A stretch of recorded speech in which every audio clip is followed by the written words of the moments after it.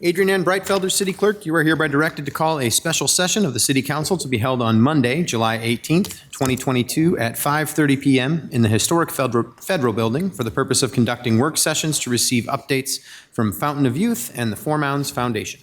Thank you. Good evening, and welcome to a special session of the Dubuque City Council for July 18th, 2022. As a reminder to viewers and listeners, due to the nature of tonight's meeting topic, public input is not accepted. However, you may contact the City Council directly from the city's webpage at www.cityofdubuque.org/council-contacts.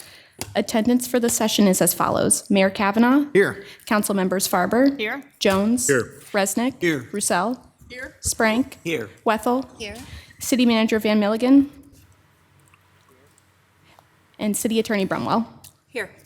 Thank you. Our first work session topic is Fountain of Youth. I will turn it over to Fountain of Youth Executive Director Caprice Jones.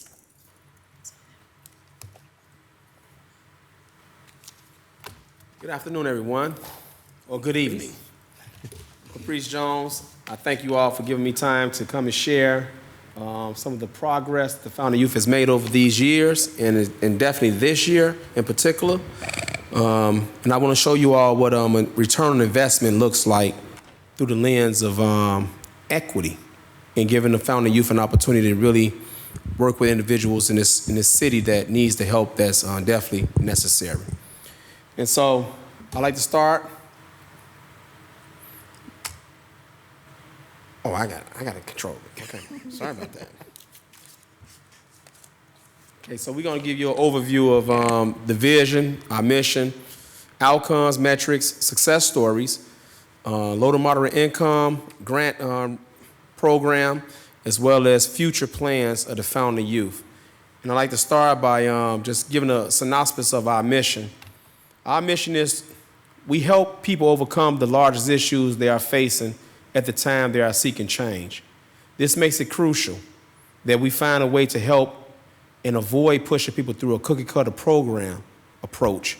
Participants must be able to choose their own goals and want for themselves so they can be invested. We give a hand up, not a handout, because we want to create lasting change. And our mission simply is to change the mindsets that contribute to generational poverty. And we emphasize the S. The S is the most important element because it gives us an opportunity to really diversify our mission. Because not only individuals that's been trapped in generational poverty needs to understand how to overcome the barriers that they face, but we also need to educate individuals that may be causing those barriers. And that could be systemic issues that has taken place throughout centuries and throughout just human existence. See, generational poverty is not a made-up type of thing. Through my research, it's a human thing, because humans, never been humans before, and we all trying to discover how to all just get along. But we also deal with different internal issues, which are stemmed by a lot of biological things. So we have competitive natures, which gives us an opportunity to begin to look at capital as gain over helping. And so we like to educate individuals by putting both parties together and letting them learn that we all in this together. So introducing our outcomes. So these are the outcomes that we've tried to establish over the years, to always give a brief synopsis and also give a picture to show the effect that we're having in the community. These are real-time pictures. This maybe happened maybe a couple of weeks ago at our Real Talk program that's really bridging the gap with individuals coming together to learn about each other. We have people that's in that room that's never been in generational poverty, and they come to that group every week. And I encourage everyone on the City Council, if you've never been to a Real Talk group setting, you should come and be engaged with the topics that we have. We have a person that started a bank, and he comes every week like clockwork because he actually really want to learn how to be a part of the solutions and not a part of the problem. Now, do he come and he keeps his straight face? Absolutely not. He's a human. So he says when he's frustrated, when he hears things that he's not used to hearing, that's not culturally connected to what he's grown up as accustomed to. But what he do is he challenged himself to stick through it all so he can learn a little bit more about the struggles that other people may experience other than he's ever thought that he could experience. And so he's bringing his friends as well. So the outcomes is we have participants who have basically just recently gained employment that's making living wages. They have stable employment. They earn a living wage and they purchase a new vehicle, an individual purchase a new vehicle to eliminate the transportation barrier. He also received a raise in pay and has been spending quality time with his son. This particular participant came to me maybe 7-8 months ago, and not only do he come every week, but his parents come as well. He was a foster child, and we all know the difficulties that foster children experience throughout their life. But he challenges himself to overcome those barriers that's already set out based on other people experience of foster upbringing, that he don't want to be a statistic in a negative aspect. So what he's done is he's joined the Founding Youth Program. We help him. We help him with a hand up, not a handout, because like I said, he purchased a vehicle himself. He had to go to the job interview himself. But what we did was get him prepared to face those challenges of not walking away from an opportunity if it was right in front of him. And that's what he do. And he still continue to meet with me every week. He comes every week as well to our Real Talk program in addition. We have several individuals that we met in the county jail down here that's in that picture as well. And they all got jobs. Nobody that's in that picture don't even have a job. Maybe one person, but she's never been in the county jail. And what we about to try to do is get her a job at Mercy Hospital, which is another opportunity for her to be able to be in an environment that'll be real conducive to her emotional upbringing. And so it's like a nice knit type of opportunity for her to be able to thrive in that community of the hospital atmosphere and to give her a chance to work her way up as well. So we're looking forward to that happening as well. We also have an individual who has went through our program, and her initial goal was to reunite with her daughter. And she said that's one of her best moments through the program was that her and her daughter not only got to spend time in Indiana together, but her daughter for the first time came to stay with her for a week or two here in Dubuque. And that was an awesome experience. And it had its challenges. But the thing is, we encourage her because she still meets with me once a week to talk through the challenges that she faced so she don't run away from them and just try to avoid it, and then she still got to face it. So now she just told me that her daughter is still communicating with her after her visit here, and they're working through spending more time with at the Indiana opportunity she have with her dad down there. So that's a beautiful experience. And she put in over a year with us, and that was like her brightest moment to say that she accomplished that goal. And so we have other individuals that's on this list that that has accomplished things like getting out of jail, working a steady job, and her dream job was to become like a peer support. And so she's accepted an offer at Hillcrest. So she's going to be a peer support at Hillcrest. And these things may seem very small, but these are large because these are things that play on people's minds that they can never accomplish if they never had the support to see past their difficulties within themselves. And so they get excited to give you a text message and say, hey, Caprice, guess what? I gave a counteroffer to that job, and I'm going to take the job. Okay. Congratulations. And so those are the type of experience that we have on the regular. Next, I'll let Sarah, operations manager, take over from here with our outcomes. All right. Hello. So I threw up some easy numbers up there for all of us to kind of read. Our statistics now is 63% of our participants are working and are just above or higher than any of the poverty level. And so to give you an idea of that success, because we do have so many people that come from the county jail, when they're coming to us, they have an income of 0 and or under $15,000 a year for just themselves. So they are now well above that, whether it's on their own or through us. Some have received employment through us, but they have maintained employment. Caprice talked about our Real Talk and invited everybody here for our Real Talk. Our average size right now is 21 people. So I think when speaking, our Real Talk size even maybe a year ago was like 12 to 13. So we're almost doubled, and we just want that to get even larger. Our other one is Community and Change. Community and Change was actually an idea that, I'm not for sure who, but I believe someone here came up with an idea where Caprice could go in and do the lived experience and talk about the struggles that people face wherever that they go, and how your diversity, equity, and inclusion, and how prevalent it is here, as well as how different and hard it can be. So on that, over the last year, so from July to June of 2022, we've actually had 127 people go through our Community and Change. On the slide, there is just a couple of people who have gone there. The city is one of our biggest supporters with that, and we just hope that we keep getting larger. And Crescent should be on there. They had just under 100 people, all of their employees went through this. And then Partners in Change, which is another program that we offer here. We're at the Fountain of Youth, where we work with those participants one-on-one and meet them where we're at. Everybody has their own goal. Since June of 2021 to just a few weeks ago, we've worked with 194 people individually and have worked all of them on their goals. So when I say 194, I mean that they graduated or hit one of their goals in that time, which means they were with us for a minimum of 8 weeks, but could also, as Caprice said, go up to 1 year.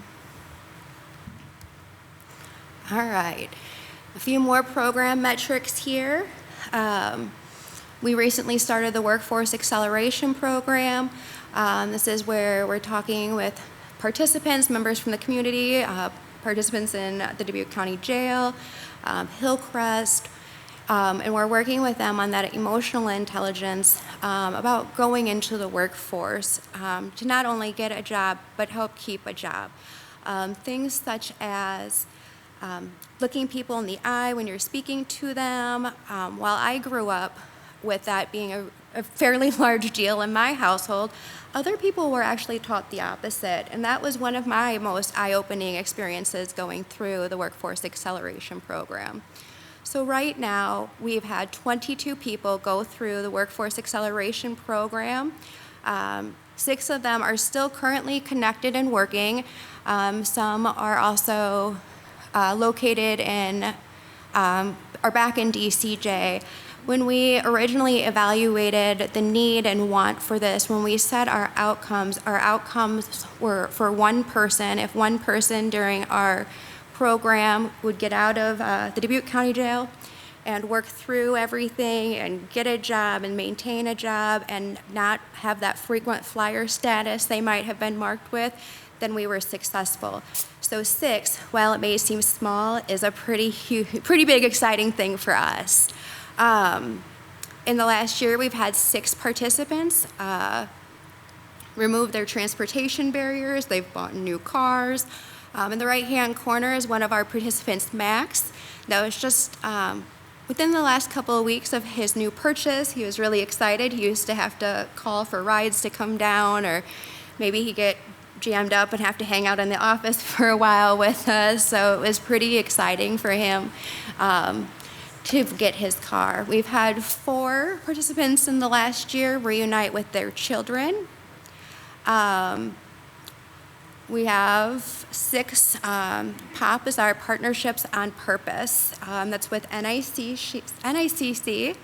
And we work with them on getting our participants into NICC for a certificate of some sort of what they might enjoy or might be necessary. A part of that is with Opportunity Dubuque as well, so that we can often not only get them into school and get them connected, but we can also get them the resources to go to school, including childcare.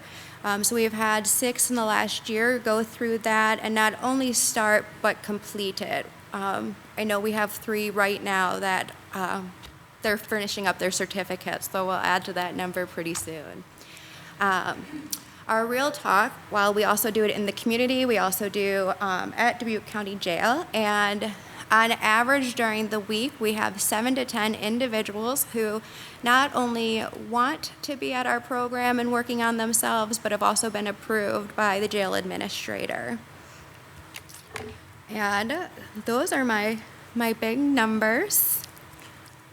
Caprice? Okay, so I'd like to take this time to, I just got a text message from the young man I'm about to speak on. His name is Gunther Williams. He's an awesome young man. I remember when I first came to Dubuque and I started this program, I said, one of these days, I'm gonna have to find somebody that's just like me. Now, I did just discover at one of our Real Talk sessions that I'm not just a black man. Y'all may think that because on the outside, I'm black, right? I'm brown and black. But I'm actually red, white, and blue.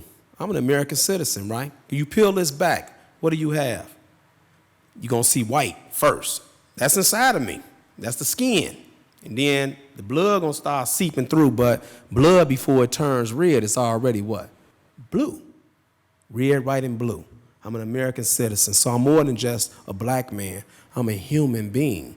And there's other human beings that's out here that's just like me. It's just we got to bring them out. And so I'll take this time to share his story. So his name is Gunther Williams. He just texted me saying, "What you doing today?" And I told him, "I'll be talking about you." And so he said, "Okay, that's cool." So it says, since being released from Dubuque County Jail this past December, I have not only maintained my sobriety from my meth addiction, but have changed my life and lifestyle in many healthy and positive ways. First off, I would like to thank God and His grace upon my life. Starting without Him in my life, none of the changes I've made would have been possible. Secondly, I would like to thank Caprice and all the staff at the Fountain Youth for showing me the necessary steps to change and grow, and for always being tangible, living example to me of what is possible if we are to live out our purpose on earth. Since my release just over 6 months ago, I have graduated phase 1 and 2 of the Partners in Change program. I have graduated from the Turning Point Substance Abuse Treatment Program. I landed an outstanding union job as a carpenter's apprentice for ports and construction. I have an apartment, vehicle, and an amazing relationship with my family like never before. I am an active member at Faith Temple United Pentecostal Church, where I'm an usher and Sunday school teacher. And my life is better than it has ever been before. Words cannot describe the gratitude and respect I have for this program. I would highly recommend it to anyone who is seeking positive change in their life. So as you can see, that's a picture of Gunther Williams. And that was inspired by him seeing the mug shots of me. So now all the participants that has a background that's similar to mine, they want to outdo me. So they want to show like we can do it too. So I'm happy for this. This is great. LMI, that's a program that started with Jill. The same way like how Community and Change started. I don't know, this may not be appropriate, but I'll just put it out there because I'm real, right? So anybody could take a guess which city council member actually birthed the Community and Change program into my spirit. Anybody? Who y'all think on the city council probably did it? Who? Councilwoman Roussel. Absolutely. So Laura Roussel, she did something that was amazing. We just had a casual conversation through a relationship that we had already begun to build a couple of years ago. And that's when George Floyd incident had took place, and we just happened to pass each other up, walking in an alley, in a safe alley in Dubuque, the safest place in America. So she said, Caprice, what's going on? And I was like, the country is in an uproar right now. She was like, how could you help us in this city, understand these type of things? We don't really, I'm not with white privilege or none of those things. I don't understand it. And so I said, well, it's been going on forever. you know, and it kind of like gave her a synopsis of things. But she said, could you come up with some type of program that could probably educate people? And 2 weeks later, Community and Change was birthed. And now Community and Change is contracting with the police department to do something amazing. And you all will hear more about that soon. And so that's how LMI started. Me and Jill Connors, 2 years ago, was walking on Central, casual conversation, and she was like, what can we do, you know, with the small grant funds, because we had already did Step Up program. And so I said, well, we can do something different this time, because I'm seeing a lot of small business owners in this community. They got businesses, but we got to try to keep them sustainable. And so we collaborated, and boom, birthed LMI. And so we have individuals now going to be starting this, and we're going to be kicking it off. August the 3rd is going to be our kickoff with NICC, and I brought in partners this time to work with individuals through a group setting and also one-on-one setting. So it's going to be an amazing opportunity for small business owners to take an opportunity to appreciate grant funding in the right way, and it can help their business continue to grow and thrive in Dubuque. Next, our future plans. And so our goal, we did a strategic planning session through NICC and Allie. Y'all know Allie. And so she basically helped us look over the next 3 years, but we coming to an end. Next year will be our last year, but we're going to do another strategic planning session this year to map out the next 5 years. And so our goal is to expand our staff. Right now we have a team of 4. Some people in this room know about our humble beginnings, right? It wasn't no team, well, it was just me and the board. And so that has changed. And so now we have a robust team that's really enthusiastic with making these things happen that needs to happen in Dubuque. But we're looking to expand that. And we're going to expand that through hiring another program manager and also 2 program assistants. But right now, we currently have a job listing now for a program associate to couple the work that's being done with Grant Regina, who's also our program associate right now. The goal is to expand staff by bringing me out of the direct service department, because I have to be able to see the big picture and manage the organization. So over the years, I've been learning from different mentors. Some is sitting in this room right now. Everyone that I meet, I learn something from, and I appreciate that. And I appreciate you all investing in me from the beginning to invest in others that I touch. So you touch others through me. Sustainability is the biggest thing. We got to keep this going. There's people that talk to me all the time and say, Caprice, I wouldn't know what to do without the Founding Youth Program. And so my whole goal is to keep us sustainable enough where they can be able to tell somebody what to do with what they don't have for themselves at that time, through encouraging them, inspiring them, and motivating them as well.